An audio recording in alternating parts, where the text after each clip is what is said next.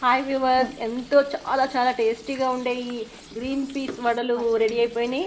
ఇవి ఎలా చేసుకున్నానో తెలుసుకోవడం కోసం మీరు చూస్తున్నారు మరువలేని వంటలు ఛానల్. ఈ బఠానీలతో వడలు చేసుకోవడానికి బాగా నానబెట్టుకున్న బఠానీ, పచ్చి బఠానీ, గ్రీన్ పీస్ వేసుకున్నాను అనమాట దీంట్లో మిక్సీ జార్లో.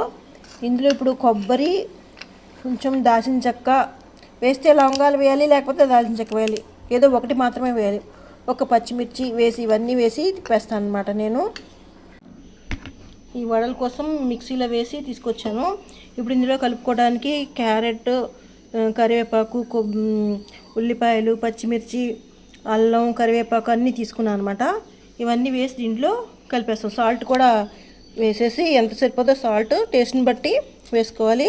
వేసి మొత్తం కలిపేయాలన్నమాట. ఇప్పుడు ఈ సాల్ట్ కూడా వేసి కలిపేస్తున్నాను అనమాట మొత్తం అన్నీ